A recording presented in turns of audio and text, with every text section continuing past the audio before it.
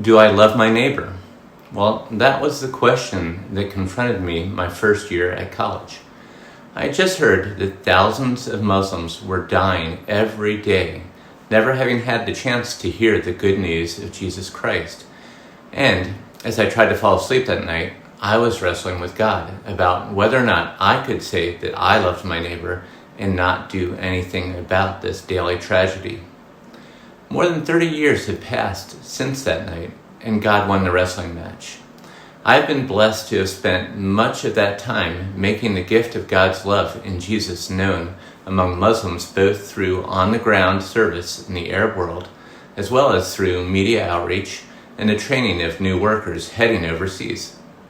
30 years ago, you mostly thought of Muslims as people in some far distant country, but our world continues to get smaller and smaller, while Islam has become the fastest growing religion in it.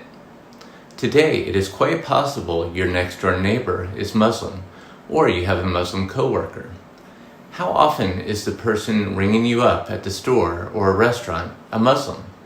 I wouldn't be surprised if your kids have Muslim friends or teachers. In fact, Muslims are the 8th largest religious group in Montgomery and Bucks counties, and there are as many Muslims as Episcopalians here. Muslims are actually the 3rd largest religious group in Philadelphia. Well, I believe that God has placed our Muslim neighbors here because He wants them to have the chance to know His love for them.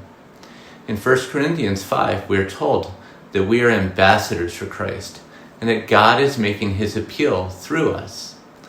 How prepared are you to be God's ambassador to your Muslim neighbor?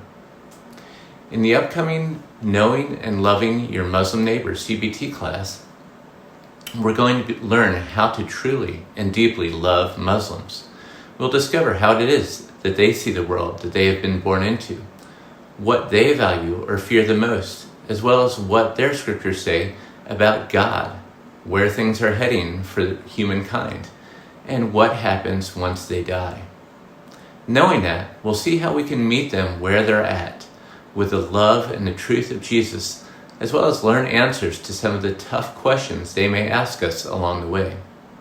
Well, I hope this opportunity to grow in loving your Muslim neighbor excites you, and I look forward to seeing you for class.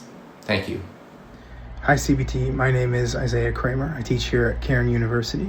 I'm really excited to be your instructor for the second half of church history in a few weeks. We have 2 sessions on the Reformation. We are going to discuss the Reformation in full, not just Luther, not just Calvin's Reformation.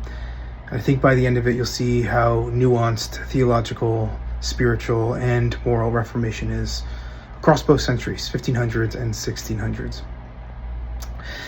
After we do the Reformation, we are going to move on to the centuries. I found through my experience of both teaching and prep and being a student of church history that these centuries don't have enough clarity. They kind of just get lost, and we're going to try to remedy that.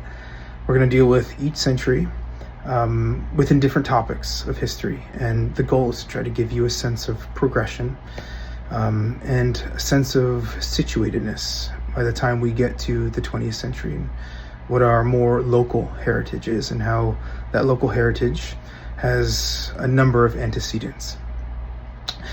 So I'm looking forward to it. It's such an important class. Like I said, it's our heritage, and this is where we come from. It's our shared history.